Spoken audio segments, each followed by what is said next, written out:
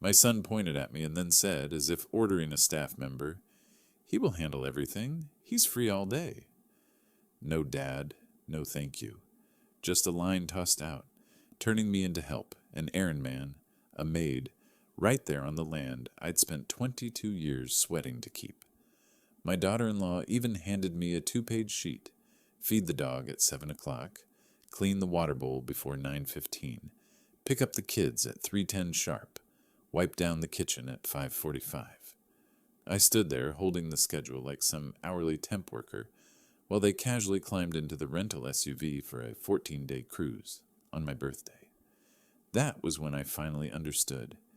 It wasn't that they forgot who I was. It was that they didn't think I was worth calling a father anymore. If you've ever been treated like hired help in your own home, seen as a free utility instead of a person worthy of respect, leave a single dot and tell me where you're watching from. This story is for anyone who has ever been turned into a shadow in their own life. I turned 67 on a freezing morning in Silver Creek Bluffs, Montana. The kind of dry cold where opening a window for a few seconds makes the skin on your hands sting like a paper cut. I woke in the small room above the garage. 4 white walls, one window facing the driveway where the snow had been pressed into dirty gray tracks. 420 square feet for a lifetime. Across the yard, the 2-story house I'd spent more than 30 years of a teacher's salary paying off stood still in the thin mist, warm kitchen light slipping through the blinds. My son's house now, the place I only drop by when there's a counter to wipe, trash to take out, or steps to shovel clear of snow. I lifted the blinds and looked down. 6:10, still dark, but the inside was already bright. Sienna's white SUV was parked at the steps, trunk wide open, suitcases lined up like they were ready to move out of town. Brandon stepped out, turtleneck sweater and heavy coat, phone wedged between ear and shoulder, right hand adjusting the strap of a large dark blue suitcase. Sienna followed behind, tall boots, hair in a tight bun, and a clipboard in hand with her checklist. The shiny luggage, I vaguely remembered Sienna bragging about the impact-resistant, stylish set she'd bought in Denver, the price enough for me to pay a year of electricity for this garage. I poured myself a cup of coffee in the tiny kitchen, the heater humming in the corner. The steam rose, the smell of roasted beans bringing back winter mornings when Marianne was still alive, standing in the main house kitchen, stirring pancake batter while humming softly. She was born on this day, too. We used to joke, 1 cake for 2 people, economical. Now that the kitchen belongs to someone else, the singing is gone, replaced by the dishwasher's drone and the tapping of keys from the office that used to be our bedroom. My phone buzzed, a text from Sienna. "Cal, come down to the main house in a minute." No Dad, no Ba, just Cal, like an old coworker at the office. I set my cup down, pulled on my sweater, carefully locked the small room's door, then walked down the cold wooden stairs.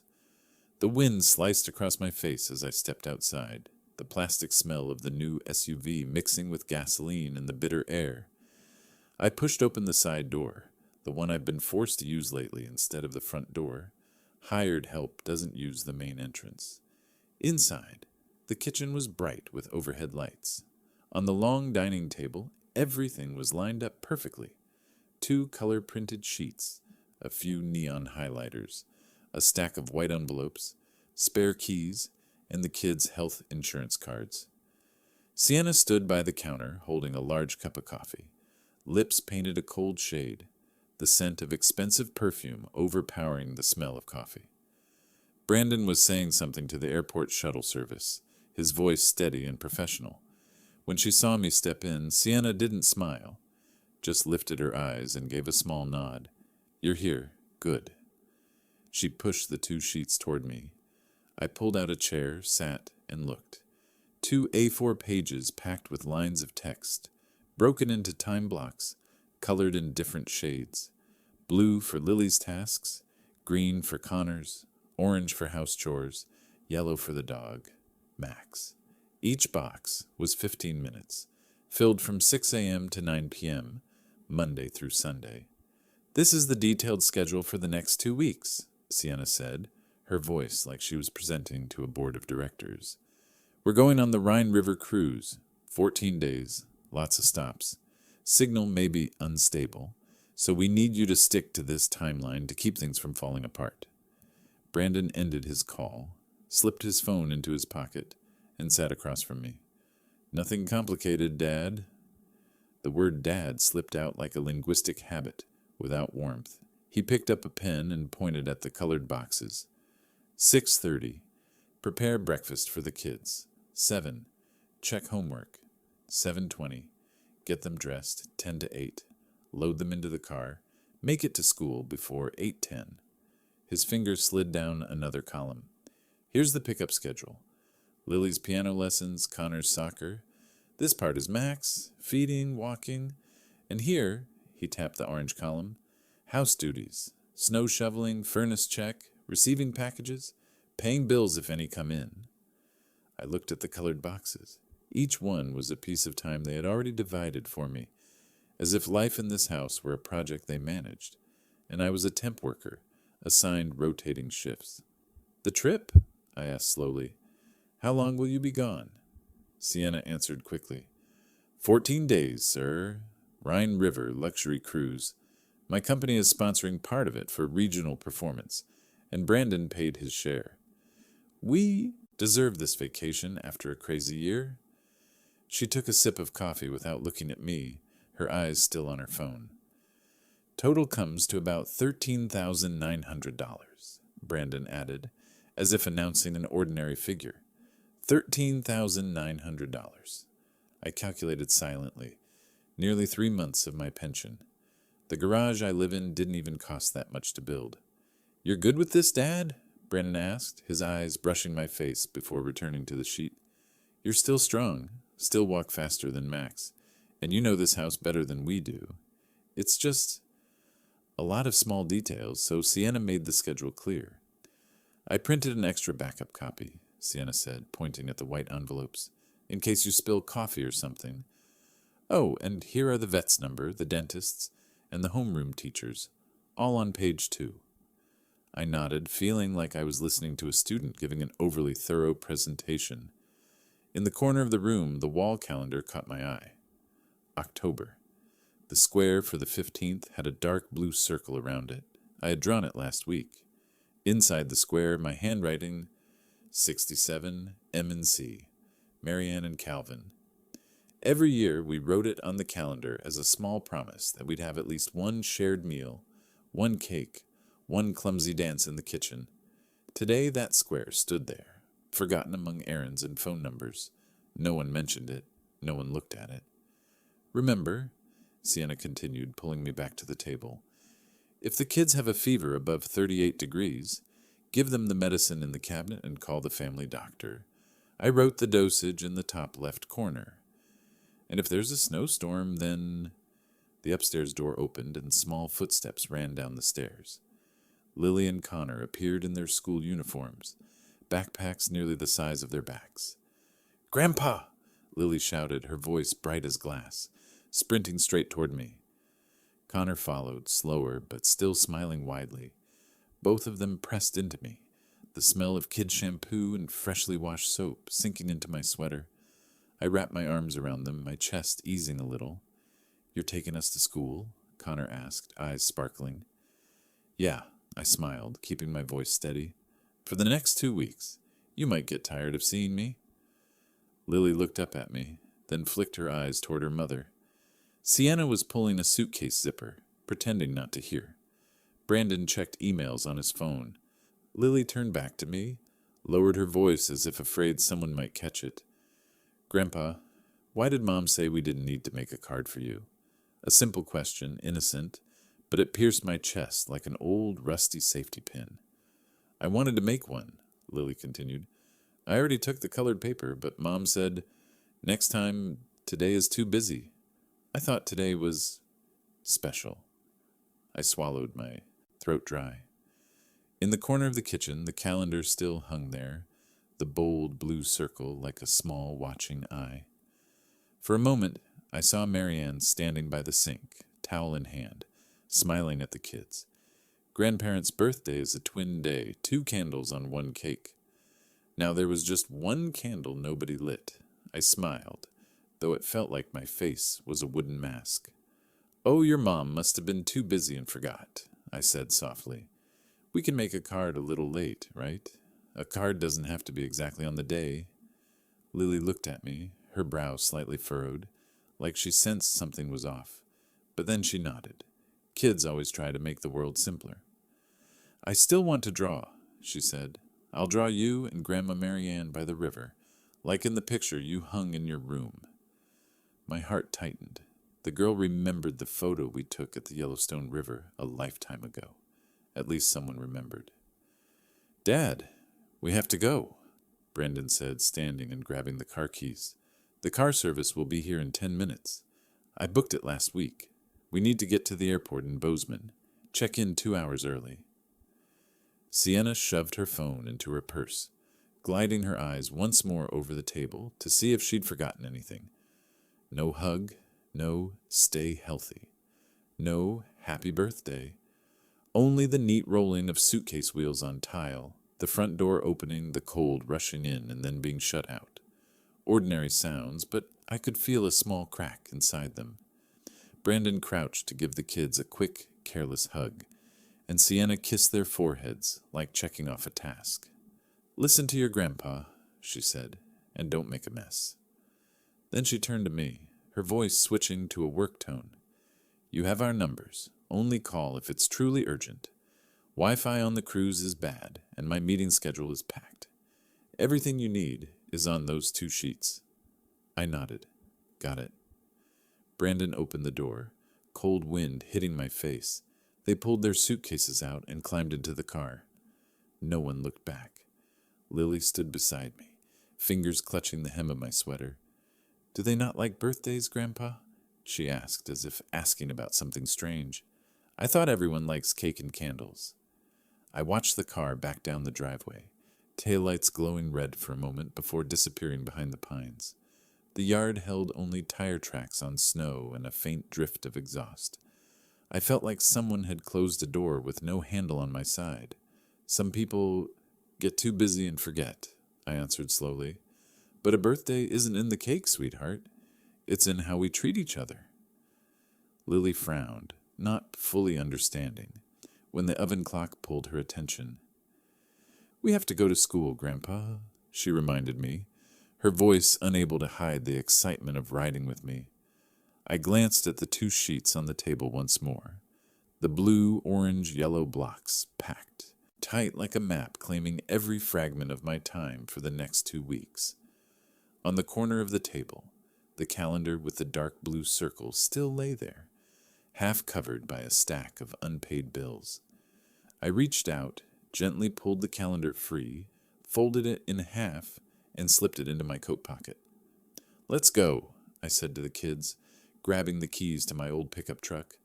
They ran ahead to the side door, their laughter echoing down the hallway.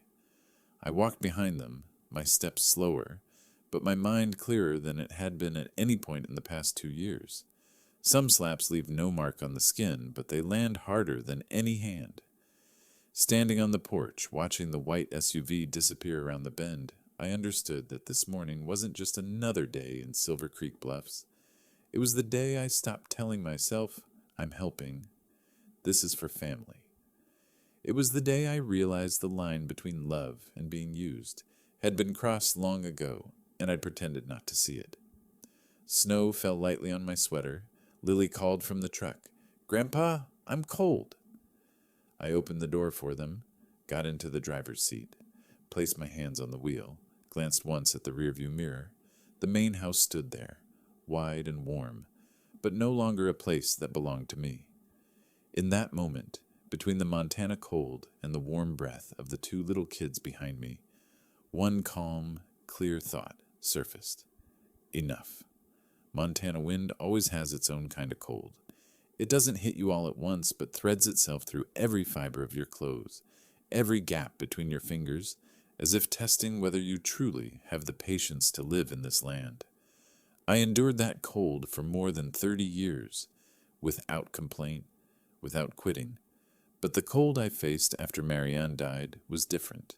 It didn't come from the weather, but from the words that sounded caring coming from my own son. Marianne passed away at the end of autumn. That day, the birch trees on the porch had lost almost all their leaves, only a few yellow ones clinging on, ready to drop with each gust of wind. I remember it clearly because Brandon came, placed a hand on my shoulder, and said with a strangely serious expression, "You shouldn't be alone, Dad. The house is too big." Sienna and I talked. "You should move into the room above the garage. Let us take the main house. It'll be easier to take care of you that way." His voice sounded like a warm suggestion, but something uneasy snagged inside me. I looked up at the room he called convenient. 420 square feet, one window facing the driveway, not a single place decent enough to put Marianne's memorial photo. But I had just lost my wife after 42 years together. I was soft, fragile, and more than anything terrified of being alone. That fear was the first rope that bound me. I moved into the garage room in February. Brandon said it was just a temporary solution. Sienna gave a thin smile. "Cal will be more comfortable there. Everything is compact, easy to manage, and he won't have to hear the kids running around." Cal, not Dad, just Cal, cold as stone, turning me into a casual acquaintance, nothing more. From the day I moved there, everything changed faster than snowmelt. The master bedroom, the place where Marianne took her last breath with her hand still gripping mine, was turned into Brandon's office within a week. The final bedsheets I'd changed for her were stuffed into a plastic bin in storage. Our wedding photo frame was thrown in with old Christmas lights. Marianne's vanity was dragged into the garage like an unwanted item. I stood and watched the familiar room replaced with a brand new desk, dual monitors, a leather swivel chair, high-end task lighting, and it felt like someone was erasing the traces of my marriage. Sienna seemed thrilled with the new space. She snapped photos of Brandon's workspace and posted them online with the caption, "New office vibe, productivity unlocked." I stood in the doorway, less than 10 feet away, but she didn't mention a single word about the person who had slept in that room for more than 27 years. Starting that summer, I understood my new role in the house that once belonged to me. The tasks I used to do for my family now became duties. Mowing 6 acres of land, once my pleasure, now Cal's responsibility. Shoveling snow in the front yard. "Make sure you clear it early so my car can get out in time for my meeting," Sienna texted like issuing a command. Checking the furnace system. "Cal, you know it best. Take a look, we're really busy," I asked once, just once. "Are you sure Dad can handle all this? I'm getting older." Sienna looked at me as if I had said something absurd. "You're healthier than plenty of young people. And besides, who has more free time than you?" I knew I was being used, but at the time, I didn't dare to admit it. 2 years and 4 months passed in mornings of waking at 6 to prepare breakfast for the kids, afternoons mowing grass under harsh sun, winters where I shoveled snow until my fingers went numb. Meanwhile, Brandon and Sienna came home late, complaining about colleagues, competition, KPIs, deadlines, but they never complained about me doing anything poorly, because to them, my being there to handle everything was simply expected. Property tax, insurance, utilities, all drafted from my account. Brandon said it in a tone as natural as breathing. "You're used to the system, Dad. Just let you handle it for consistency." For consistency, meaning so they wouldn't have to lift a finger. I remember one April afternoon when the snow had just completely melted and the wind carried the smell of damp earth. I stood on the front steps, cloth in hand, wiping dust. Inside the house, voices and laughter echoed. Sienna was hosting colleagues, the ones she wanted to impress. I stepped slightly inside to wipe a small cabinet near the living room when she walked out, her voice light but sharper than the mountain wind. "Cal, do me a favor. Don't come into the living room tonight. We need private space to work. Private space. In the house I bought. Right outside my old bedroom, where Marianne once told stories about her little dreams. I froze, cloth still in hand, the laughter inside slicing into my chest like tiny knives. I just nodded, stepped back, and walked toward the side door like a well-trained servant. When the door closed, the wind outside seeped in, cold and hollow. I wasn't angry. What I felt was like being locked out of my own life. That moment, lasting only a few seconds, created a fracture that I would later understand. Every great collapse begins with a small crack. 2 years and 4 months. I had been turned into the errand man in the house I had once built with rough hands and long, sweaty summers. And all because I was too sad, too lonely, too willing to accept things I once never would have. But every person has a limit. And the day they got into that car for their luxury cruise, leaving me with a colorful schedule, and Lily's innocent question, I knew I had reached mine. I didn't act right away, but in the quiet inside me, a decision was forming, a decision that would change everything. Afternoon light in Montana has a way of making people believe everything is still all right. It's golden, warm, sliding gently across old pine wood, like a hand smoothing it, hiding the cracks of age. But what lies beneath that softness is never peaceful, especially when a person starts hearing things that were never meant for them. That day I was folding the kids' bedsheets in the hallway when voices slipped through the door of Brandon's office. That room had once been where Marianne breathed her last breaths, but now the white glow from 2 computer monitors had erased every trace of warmth. Sienna's voice came first, high, sharp, confident. He can't live like that forever. Assisted living is a more reasonable option. At that age, managing all that property is kind of impossible. I stopped, my fingertips still touching the soft cotton. Wind drifted lightly through the window, yet I heard every word as if someone were speaking right behind me.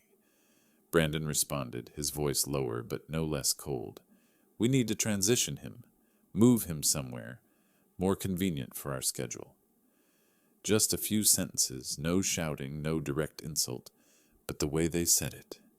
So light it was cruel. They discussed moving me somewhere else, the way someone might consider relocating an oversized piece of furniture that no longer fits the living room. I looked down at the sheet Lily loved most, the one with the little sun embroidered in the corner, stitched by Marianne herself. My hands trembled visibly.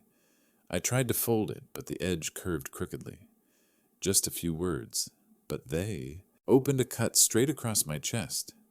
Lily and Connor are the last bright pieces in my life. Without them, that garage room is nothing more than an empty box, cold and rolling with nameless shadows. The music lessons, the times I tied Connor's shoelaces on the soccer field, the moments Lily sat in the back seat, asking about the map of America. All of them kept me from falling fully into the hollow space growing behind me. Kids have a strange magic. They make adults forget they're hurting. One afternoon, when I took Lily to her music class, she pointed at the sky. Grandpa, is that Cassiopeia? In that moment, my heart warmed. A fragile warmth, one that could shatter with a single wrong word. But that fragility was punctured on a June afternoon. The sky glowed a copper red. The wind carried the smell of wild grass, and small bees buzzed near the fence. I was watering the marigolds by the porch when I heard Sienna's voice from the backyard. She was on the phone, her tone cheerful as if telling a small joke about someone standing not far away. He's overly sentimental, always talking about history. Kids today don't need all that exploration and battle stuff. They need to learn coding, not listen to an old man clinging to the past. I froze. The stream from the hose stretched into a thin ribbon across the soil, spreading like an oil slick on a lake. In my ears, only one line echoed. They don't need history.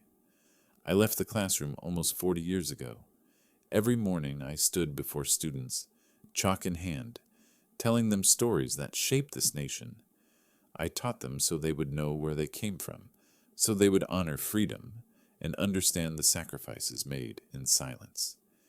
Yet in my daughter-in-law's eyes, all of that was just old nonsense, a silent slap, sharp as the edge of paper.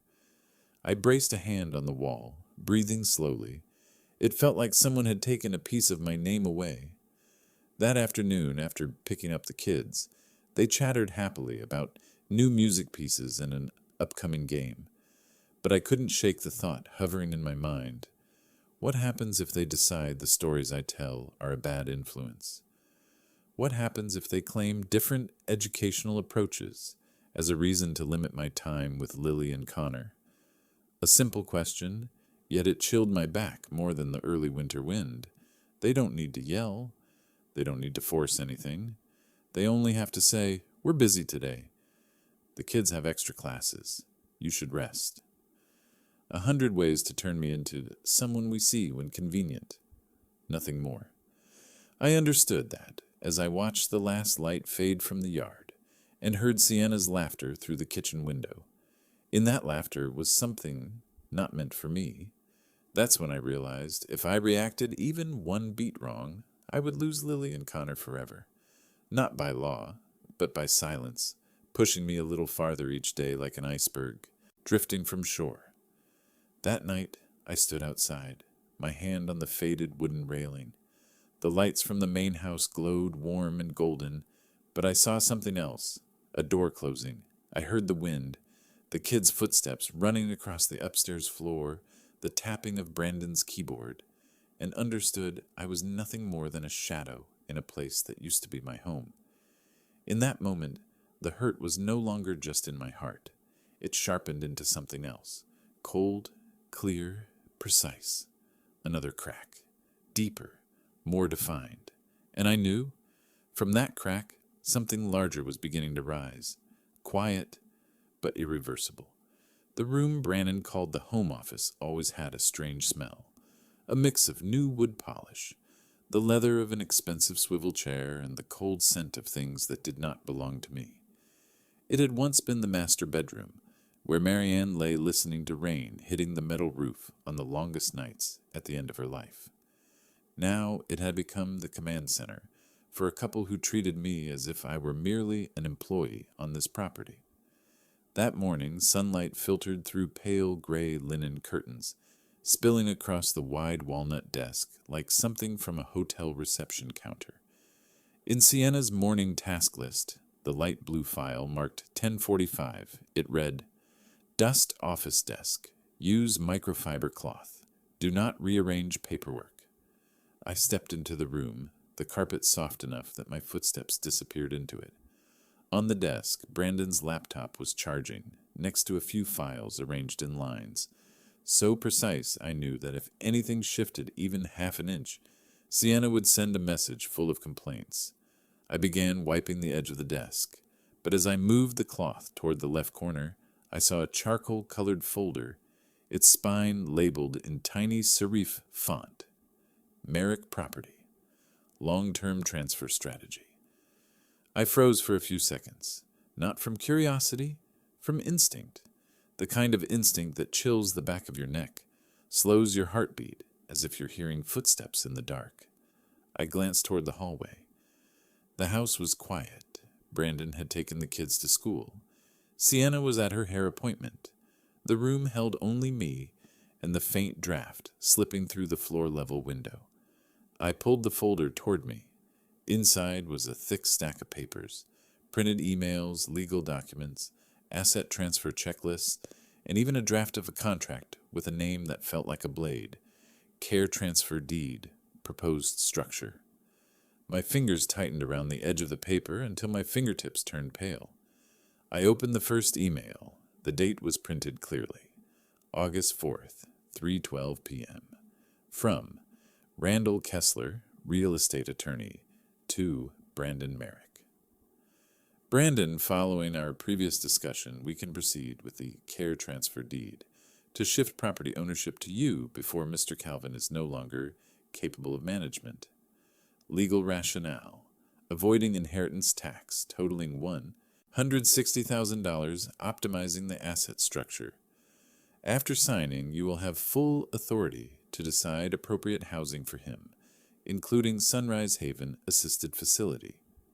Suggestion: during discussion, you may emphasize the difficulties Mr. Calvin faces in managing and maintaining large-scale property at his current age to strengthen the case for early transfer, awaiting your response. When I reached the words Sunrise Haven Assisted Facility, my throat tightened. That was the nursing home 40 minutes from town where I once visited an old colleague, a place where the white lights were too bright and the faces sitting in long rows looked like doors that no longer opened. I turned to the next email. August 12th, 10:01 a.m. From Brandon Merrick to Randall Kessler. Randall, I agree with the plan. What I find difficult is how to present it to Dad so he understands. This is reducing the burden for me and Sienna. As you know, he's very trusting, easily softened. Send me the contract template when ready. Trusting, easily softened. They describe me with words people use for a child or a well-behaved pet. I turn to the next page, a bulleted summary. Step 1. Emphasize tax burden to Mr. Calvin. Step 2. Highlight benefit for the grandchildren when assets transfer early. Step 3. Finalize paperwork at attorney's office. Secure signature. Step 4. Prepare vacant room at Sunrise Haven. At the bottom corner was a handwritten note from Brandon in black ink. After moving him into the facility, we should renovate the property. Sienna wants a spa and a new deck. They had planned this far. Move me out, take the house, then build a spa. I didn't remember when I sat down, only that the room, though full of light, darkened around the edges of my vision. It felt like someone had placed a heavy stone on my chest. No more doubt, no more, maybe they misunderstood. My son saw me as a burden, an item to be stored away. I breathed slowly, lifted my phone. Every page, every email, every message. I photographed all of it. No shaking, no haste. Clear, as if preparing for a day in court. Sunlight still slipped through the linen curtains, laying a soft golden layer across the walnut desk. A kind of light completely unfit for what I was reading. I set the folder back exactly where it had been, straightened its edges just as when I entered. Then I stood.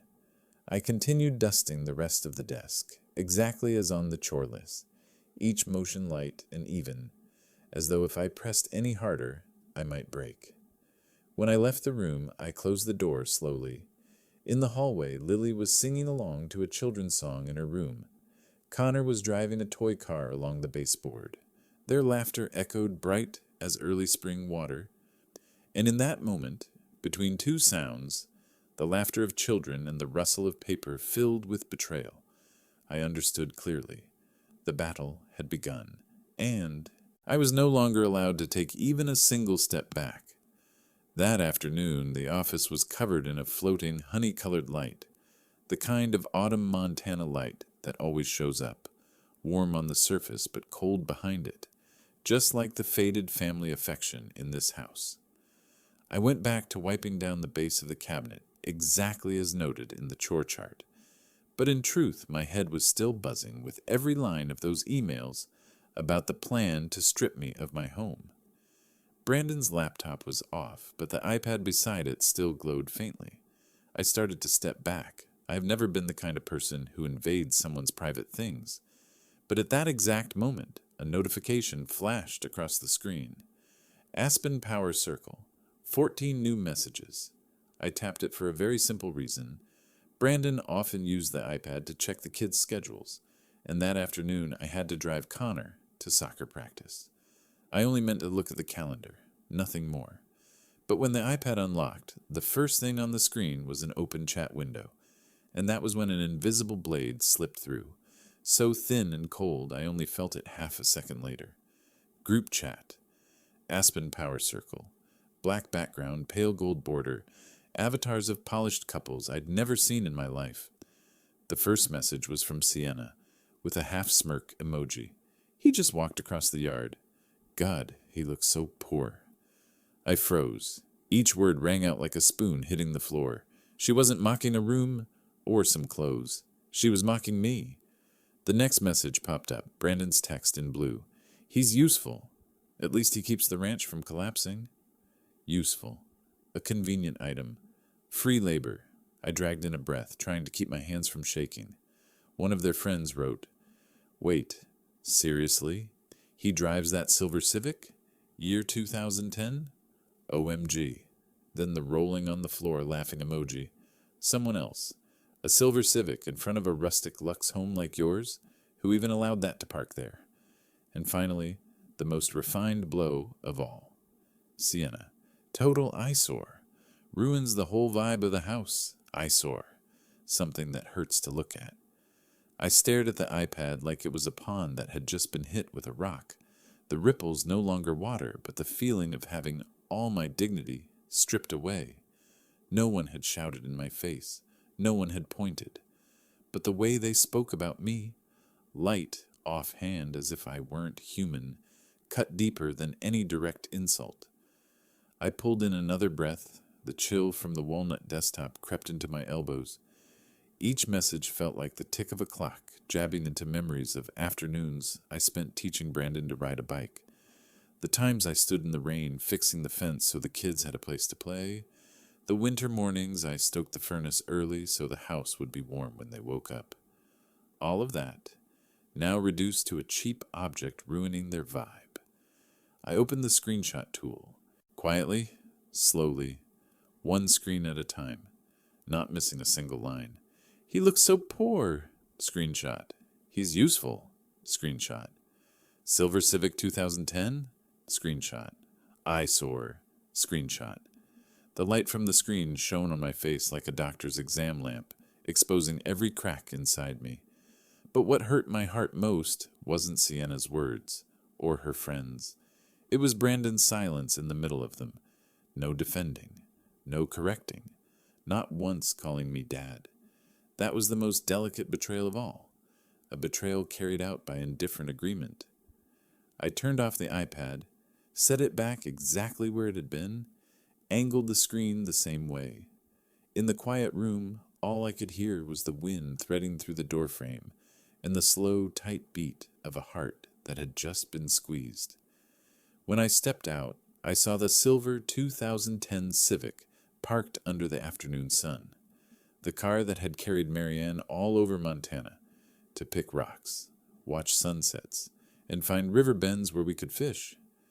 I laid my hand on it, gently like comforting an old friend. Eyesore, huh? No, it was memory, time, love. But to them, it was just something ugly. That night, as I hung my coat on the hook in the small room above the garage, I knew one thing for certain.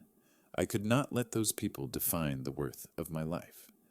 And to do that, it was probably time for me to turn the board around. I was reviewing the screenshots from the iPad when my phone buzzed, a number from Helena I didn't recognize. I hesitated a few seconds before answering. "Mr. Calvin?" A young man's voice, clear and slightly raspy. "Yes, this is me." "You won't remember me. I'm Trevor Langford. In 2003, you taught me American history." I let out a small laugh. "Trevor Langford, you're the one who kept arguing about the Louisiana Purchase until the dismissal bell. You still remember?" "Of course." There was a soft breath on the other end, like someone holding emotion down. "Let me tell you why I'm calling. This afternoon, Sienna posted cruise photos and tagged some friends from Aspen and Denver. One person in that group is an old acquaintance of mine.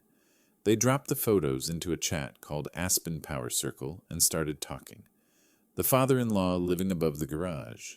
The old silver Civic. You babysitting for free. Then they mentioned the name Calvin Merrick. My acquaintance recognized the name exactly like the one I'd told him about, so he sent me the screenshots. "Is this your teacher? They're being awful." I opened them, saw the ranch corner I knew, saw the silver Civic. I knew it was you. Dillon High still keeps contact info for former teachers, so I still had your number. That's why I called, not out of curiosity, but because I'm genuinely worried about you. I closed my eyes. So things had spread that far already. Sir, I'm worried about you. That's why I called.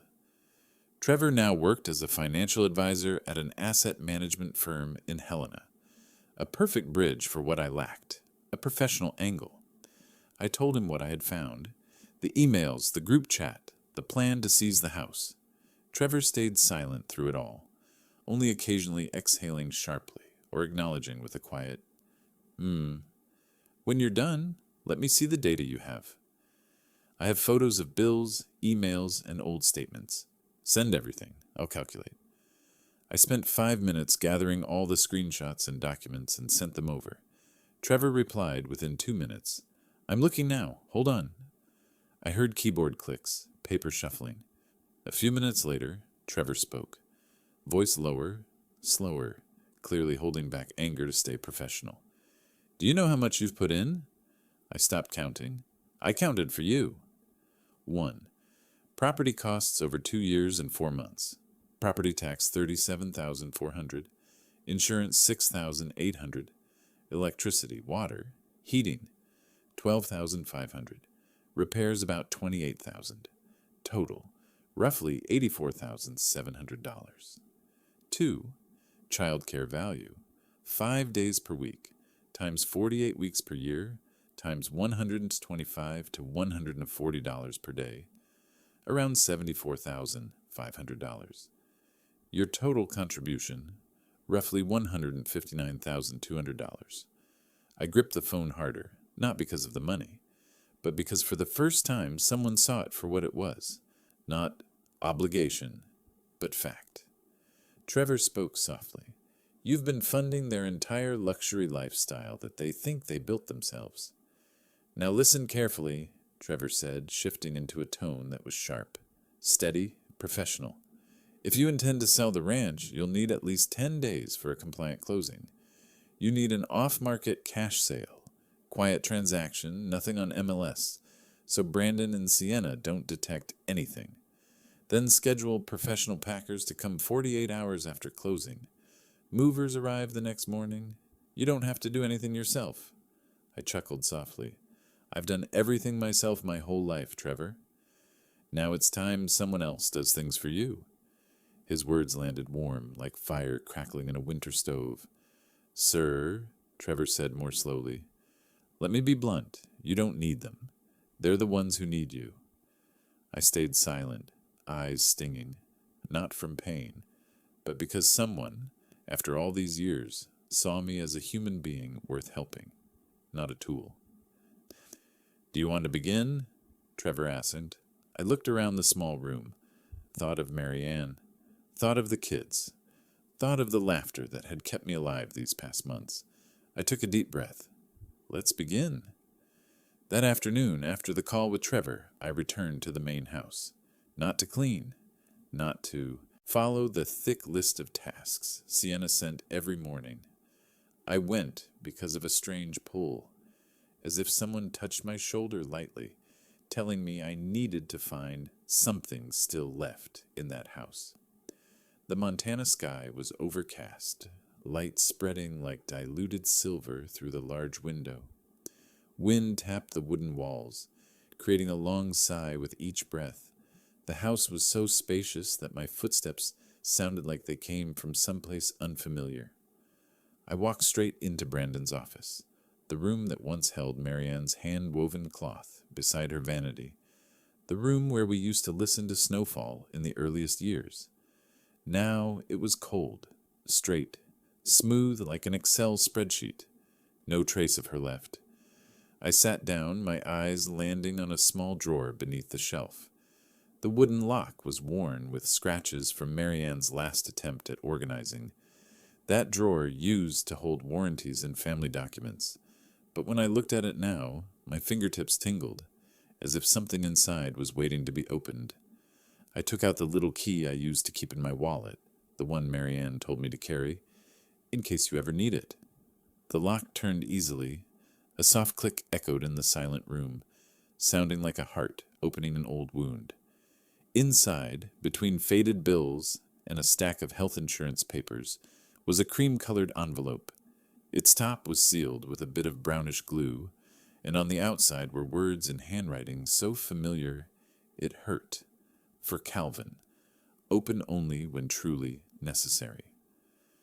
Marianne's handwriting always leaned slightly to the right, delicate but steady. I ran my finger across it, and it felt like touching her voice on the first morning we lived together. Warm, soft, straightforward. I opened the envelope. Inside were 3 pages written in light blue ink. I read, "Calvin, my dear, if you are opening this letter, it means I am no longer sitting beside you to say these words. I know you will be hurting, but I also know you are strong enough to stand up when needed. Brandon is a good child, but he is easily swept into his own world. Achievements, paychecks, praise from people outside. I saw that in his eyes many years ago, and I feared that one day he would forget the most important thing. Gratitude.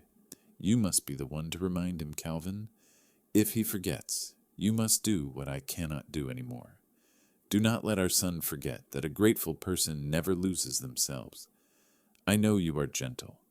I know you think love means enduring, but enduring endlessly turns good people into someone else's shadow. Calvin, don't let yourself become a shadow. And if the time comes when you must make a decision, remember what I believe most deeply: character over credentials. Character is greater than any title. I love you. I love the way you taught Brandon to stand up straight. I love the way you taught your students with your whole heart. I love the way you put family first and still kept your dignity intact. If you are reading this, stand up for us, for what is right, for what you taught the children for 38 years. Marianne." When I reached her signature, I had to set the letter down because my hands were shaking, not from weakness, because I could hear Marianne's voice as if she were walking down the hallway, tilting her head and asking me with that familiar look, "Do you remember who you are, Calvin?" Afternoon light fell into the room, dividing the floor into 2 halves, light and shadow. I looked at the letter, at this unfamiliar room, then thought of the small garage room, the place Marianne never lived in, never even stepped into, and in that moment, light as a breeze slipping through the window, I understood something clearer than any evidence in my hands. It was not Trevor's call. It was not the mocking messages in the group chat. It was not even the stack of documents plotting to take my home. Marianne was the one who made me rise, the one who made it impossible for me to keep shrinking into some dark corner. If a person has 2 births, then my second was the moment I sealed that envelope again, tucked it against my chest, and walked out of that room with a resolve sharp as the first Montana winter wind. I will not let anyone, not even my own son, trample what Marianne and I spent a lifetime building. Ever since folding Marianne's letter, I no longer felt backed into a corner. Everything in my mind brightened in a strange way, not a harsh brightness, but a steady, gentle one, like the fire Marianne used to light each winter morning. Small but persistent, enough to warm the whole house. I called Trevor again the next day. He arrived at the ranch in a shearling coat, laptop in hand, and the clear-eyed look of someone who knows he's helping the right person. With Trevor came Dana Whitlock, an experienced realtor in Helena, someone who had handled many quiet transactions for high-profile clients. Dana spoke little, but her eyes were sharp, like she could read the thoughts of whoever sat across from her. We sat in the quiet kitchen, the place once filled with the sound of Marianne's chopping board. Trevor opened the file. "Mr. Calvin, if you're ready, we've found a suitable buyer. Maple Crest Land Holdings, LLC. They specialize in ranch purchases for conservation projects. They're making a cash offer, which means the transaction will be fast." I nodded. Dana continued, her voice precise and professional. "To be clear on the legal timeline, first is the offer. If you accept, they schedule inspection within 48 hours. After inspection comes due diligence, reviewing land records, easements, septic, the well, then appraisal if needed. But because they're paying cash, they'll only do a reasonableness check, and finally, closing." She paused, meeting my eyes through thin glasses. In a non-disclosure sale, these steps are shortened, but remain legally compliant. Trevor slid the laptop toward me. Maplecrest proposes a 10-day timeline from offer to closing. Fast, but entirely legal because they pay in cash and skip the bank's lengthy procedures. 13 days, long enough that Brandon and Sienna wouldn't sense anything, short enough to remain legitimate. I asked, "What's their offer?" Dana opened the contract, $915,000. Not the top of the market, but more than fair in exchange for speed, discretion, and control. I looked at the number, not out of greed, not for the property itself, but because it was the doorway out of living, less than the hired help. I signed, page by page, slow but steady, signing like someone placing a period at the end of one chapter and an open bracket for the next. Trevor smiled softly at me. "You really did it." "Marianne wanted this," I said. 2 days later, Maplecrest sent an inspector. They walked the ranch, examined every timber, checked the well, evaluated the pipes, every step by the book. Dana accompanied them, making sure no detail slipped under standards. On day 6, Maplecrest sent confirmation. Inspection passed. On day 10, they completed due diligence. No easement disputes, no land use issues. Clean. On day 12, they sent the final closing statement. On day 13, the closing happened. I signed for the last time in the attorney's office, sunlight falling onto the fresh snow outside. The moment my pen left the paper, it felt like removing a stone backpack I'd carried for 2 years and 4 months. But I wasn't just selling a house. I needed a new place, somewhere peaceful, somewhere Marianne would smile to see. Trevor presented an option. "Sir, there's a 3-bedroom townhouse in Pine Lantern Retreat, a 55-plus community. Quiet, right by the pine forest. Neighbors mostly retired teachers and healthcare workers. Price $402,000. The owner wants a quick sale." Donna added, "If you agree, I can schedule both closings on the same day. Sell the ranch in the morning, buy the townhouse at noon. Perfectly legal, no conflict." I viewed the photos, oakwood door, a small backyard just big enough for lavender, Marianne's favorite, a large window facing snowy hills. I knew it was the place, not far from the old ranch, but far enough that I could live as a free man. I signed the offer. Maplecrest signed acceptance. Everything flowed smoothly, as if scripted long ago. That night, in the small room above the garage, I wrote 3 lines in my notebook. No one heard my resistance. They only heard my silence.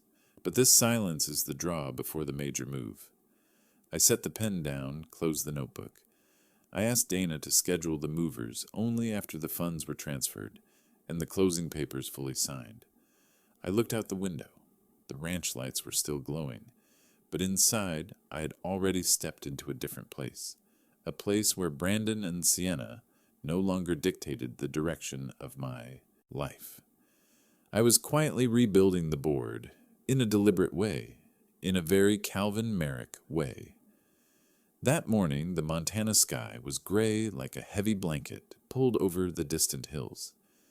No sound of Brandon's car, no clicking heels from Sienna, no children running down the stairs, only an unfamiliar stillness, the silence of a house that knew it was about to change owners. The closing had happened yesterday. Today, at exactly 8 a.m., the movers would arrive. I walked into the living room on legs that felt a few pounds heavier. No one was there to witness it, but I still felt as if I were walking through a museum of memories I was no longer allowed to keep. I started with the oak cabinet Marianne had loved. The walnut recipe box sat in the middle drawer, the box she used for her mother's recipes. I opened the lid. The smell of old paper, ink, and nights when we tried making plum pie together washed over me all at once. I placed it into a separate box. No one touches this but me. Next were the hand-embroidered handkerchiefs from 1986, the set Marianne made when we were so poor we could only afford the cheapest thread. She used to joke, "We don't live fancy, but we can live beautifully." I smoothed the edge of the cloth, then set it on top of the recipe box. On the wall, the pendulum clock still swung its slow rhythm. Marianne chose it at a fair, said it beats like a winter heart. I removed it with both hands, more carefully than when I carried my grandkids. The living room was missing a corner now, as if it was taking its final breath before letting me go. I moved to the family room, where 32 drawings by Lily and Connor hung. Popsicle stick houses, messy roses, the first snowfall, a picture of me holding their hands across the yard. These drawings were the veins of my heart. I took them down one by one, wrapped each in tissue paper. Every stroke of color felt like losing the small world that had kept me alive these past 2 years. When I entered the master bedroom, the room where Marianne died, I inhaled deeply. The faint scent of licorice from her old lotion still lingered. Each step echoed with whispers of memories. I wanted to gather a few final things from the wardrobe, but when I opened the door, I froze. On the floor, next to Sienna's shoes, was a pile of items pushed aside. A yellow sticky note read in messy handwriting, "Donation pile. Don't mix." I bent down. My head felt struck by something heavy. Right on top, flat, cold, was our wedding photo, the walnut frame I had varnished myself. Marianne's smile still glowed like it did on June 1st that year, yet now it lay with worn-out clothes, old kitchen towels, and a broken toy box. Sienna had decided the most sacred thing in my life was fit for donation. I sat down, my fingertips trembling lightly as I picked up the frame. A thin layer of dust clung to the wood. I didn't know when it had settled, likely when they stopped treating my memories as anything worth keeping.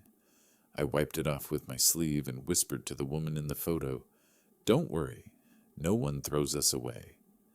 I placed the frame into my private box, cushioning it with the 1986 embroidered cloth so it wouldn't scratch.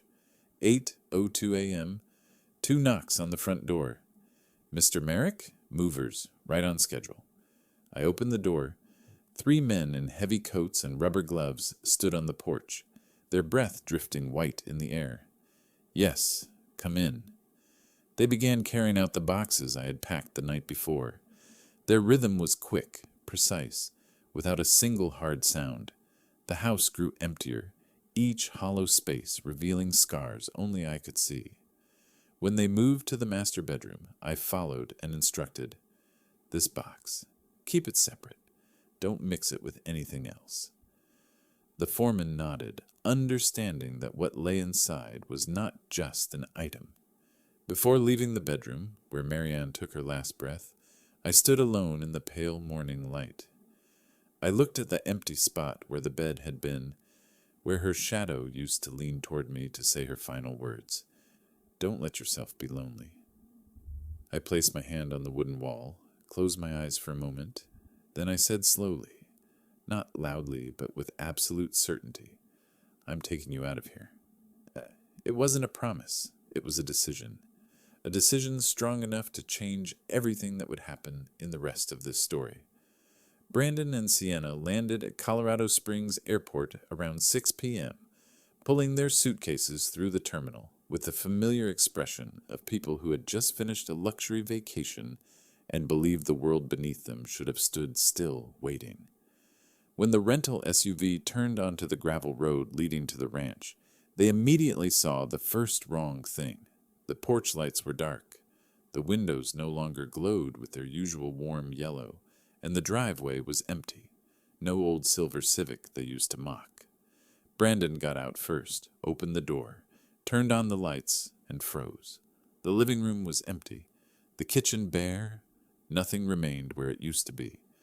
On the counter lay a note from the property manager. "This is to inform you that ownership of the Clearwater Ridge properties has transferred to Maple Crest Land Holdings, LLC.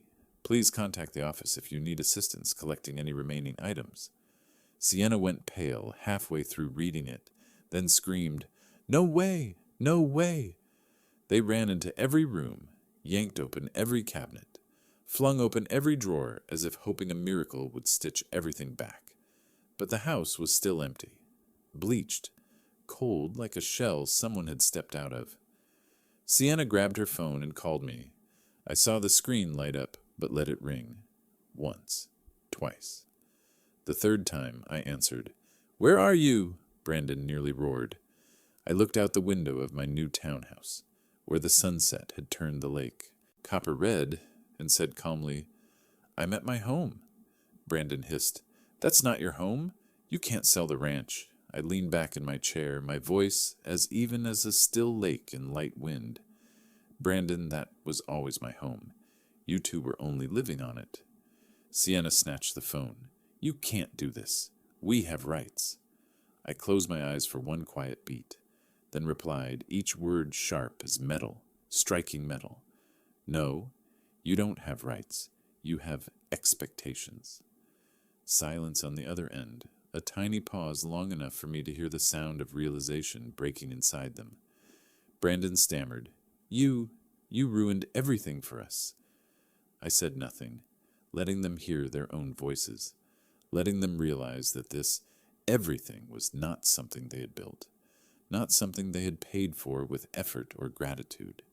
It was nearly $72,000 a year they assumed would flow endlessly out of my pocket. Property tax, insurance, utilities, repairs, and the child care they never once counted as labor. I heard Sienna whisper, panicked, "Oh my God, who's going to pay for winter, for propane, for pipe repairs, for insurance?" Brandon shouted like someone whose illusion had just been smashed. "You're destroying this family." I shrugged, though they couldn't see it. "No, I'm just no longer paying your bills." Then I added one last line, softer than a blade but cutting deeper than any insult. "You always thought I was the shadow following you, but a shadow only exists when there is light, and today, that light is no longer shining in your direction. One more thing, the kids are here with me. If you want to pick them up, come on time and come respectfully." I hung up, no loud noise, no anger, only the extinguishing of a relationship I had buried long ago. I didn't need anyone to tell me everything that happened to Brandon and Sienna in the weeks after. I knew. In Montana, news travels as fast as early winter wind. No one says things outright, but every movement in town is enough to piece together the picture. 2 days after the phone call, I heard from someone at the law firm that Brandon had been invited into a closed-door meeting. Not for praise or added responsibility. The tone told me everything. They showed him the very messages I had screenshot. Hired help. He's simple. He lives in the garage. One partner asked bluntly, "How do you think the image of a lawyer looks when people see how you talk about your own father?" Brandon didn't argue. He had always been confident in logic. But morality is not a clause you can debate. His biggest quarterly project was taken away. His performance review dropped. His bonus nearly vanished. I know all this not because it pleased me, but because I understood he was finally facing the real cost of ingratitude. Sienna didn't fare better. Her social media, once a place to display trophies, wine glasses, blue pools, new handbags, European sunlight glowing on her chestnut hair, went silent. One morning, everything disappeared. Cruise stories deleted, but people had already saved them. Her department whispered, "Why did they leave the ranch so suddenly?" I heard the house was never theirs. Were they forced to move? A coworker pretended to be concerned and asked Sienna, "You okay?" And I was told she just laughed dryly, saying nothing. When people are shaken, the first thing that collapses is their online voice. A few days later, Brandon contacted a real estate agency. I knew because their listing appeared on the local rental system. A 3-bedroom townhouse, $3,900 per month. I read the number, closed the laptop, and exhaled. They had never once paid the true cost of anything. And when the new childcare contract was sent to them, $2,200 per month, I pictured the soft scrape of a chair as Brandon stood up, stepping back, unable to speak. All those costs, for 2 years and 4 months, I had carried, without a thank you, without even a grateful glance, only the chore list delivered at 6:30 every morning. On a weekend night, while I was making tea, an old friend texted me, "Calvin, I just saw Brandon at the supermarket. He stood at the checkout for a long time, looked like someone who miscalculated his entire life." I smiled sadly. I wasn't happy to hear it. I just felt lighter. The kind of lightness that is bitter but necessary, like when a doctor finally removes the shard of glass stuck too long in a wound. They didn't fall apart because I sold the house. They're just paying their share, something I quietly carried for 2 years and 4 months. This isn't revenge, it's balance restored. And sometimes the most painful consequence isn't shouting. It's the silence when someone realizes their luxurious life existed only because of a person they looked down on. I moved into Pine Lantern Retreat on a morning in October, when pine needles fell softly along the sloped road leading into the neighborhood. The air there was quiet in a way that made a person remember their original rhythm of breathing. Slow, unhurried, untouched by the sound of a daily schedule dinging every morning. The new townhouse wasn't large, but it was warm enough. I set the pendulum clock in the living room corner, hung Liam and Connor's drawings on the wall near the window, and placed Marianne's recipe box on the pinewood shelf. When the clock struck 8 p.m., for the first time in the new home, I knew I had stepped into another chapter. Not a triumphant one, but a chapter with room for me to breathe again. I began doing what Marianne had always wanted me to do: teach. The community center lent me their large room every Thursday evening. The first class had 8 people. By the third week, the room held 20. Young people, older people, some who simply wanted to understand Montana's history through the voice of someone who had lived long enough to watch it change. Whenever I spoke about early migration waves, the blizzard of '75, or the expeditions that shaped the northern ranges, I saw their eyes light up in the way Marianne always said, "You tell stories with your heart, not with timelines." And on Sunday afternoons, Liam and Connor came. They kicked off their shoes and ran straight to the kitchen, opening the cookie tin as if it were the ritual of their own small kingdom. They talked more, laughed more freely, and I understood. Even though their relationship with their parents was strained, they still sensed that here they were not props in someone else's glossy life. I didn't mention the ranch. I didn't tell them what their parents had done wrong. I simply let them feel that this house was a safe place. Then one evening, as I was packing books after class, my phone buzzed, a voicemail from Brandon. I stood still for a few seconds before pressing play. His voice was low, without the heavy confidence I had grown used to for so many years. "Dad, I'm in therapy. The doctor says I need to be honest with myself. I read Mom's letter again, many times, and..." A broken breath. I realized I forgot who I was. I let work, titles, and Sienna pull me away from what Mom warned me about. I know saying sorry isn't enough, but I really am sorry for how I treated you. I braced my hand on the table, feeling both warmth and ache. Brandon had never said those words in the 35 years I raised him. He continued, "I don't expect you to forgive me right away. I just hope, if someday you think I deserve to talk again, call me. I'll be waiting." The voicemail ended. The classroom fell silent. I didn't call back, not out of resentment, because I needed to know whether that apology was real or just a reaction to consequences. But for the first time, it wasn't me. It was Brandon who opened the door. I acknowledged it the way someone picks up a warm stone from a riverbed. Small, but important. A week later, on a crisp morning, I brought a bouquet of purple lupine, Marianne's favorite, to the little cemetery at the foot of the hill. Dew covered most of the gravestone, leaving only a few glints where sunlight pierced through the branches. I knelt down, set the flowers beside the stone carved with Marianne's name. brushed the thin line of moss along its edge, and whispered, "I kept my word. I taught him what you feared he'd forget." The wind on the hill moved gently, like a touch on the shoulder, like an answer that didn't need sound. And in that moment, I understood. I didn't win. I simply found myself again and reclaimed the final promise I owed the woman who walked beside me half a lifetime. And if you've stayed with me through this whole story, perhaps you understand too.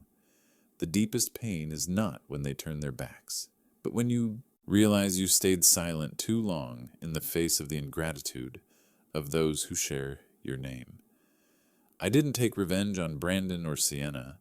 I simply returned life to where it belonged, where respect is not something begged for, but something earned through action. If you've ever lived through a similar wound, treated like a shadow in your own home, used but unseen, leave a "so I know you're still here and not alone." And if you want me to keep telling real stories, sharp, heavy with the breath of ordinary life, subscribe, turn on notifications, and tell me which city you're watching from. Every comment from you is a reminder that kindness still survives in those who understand the value of gratitude.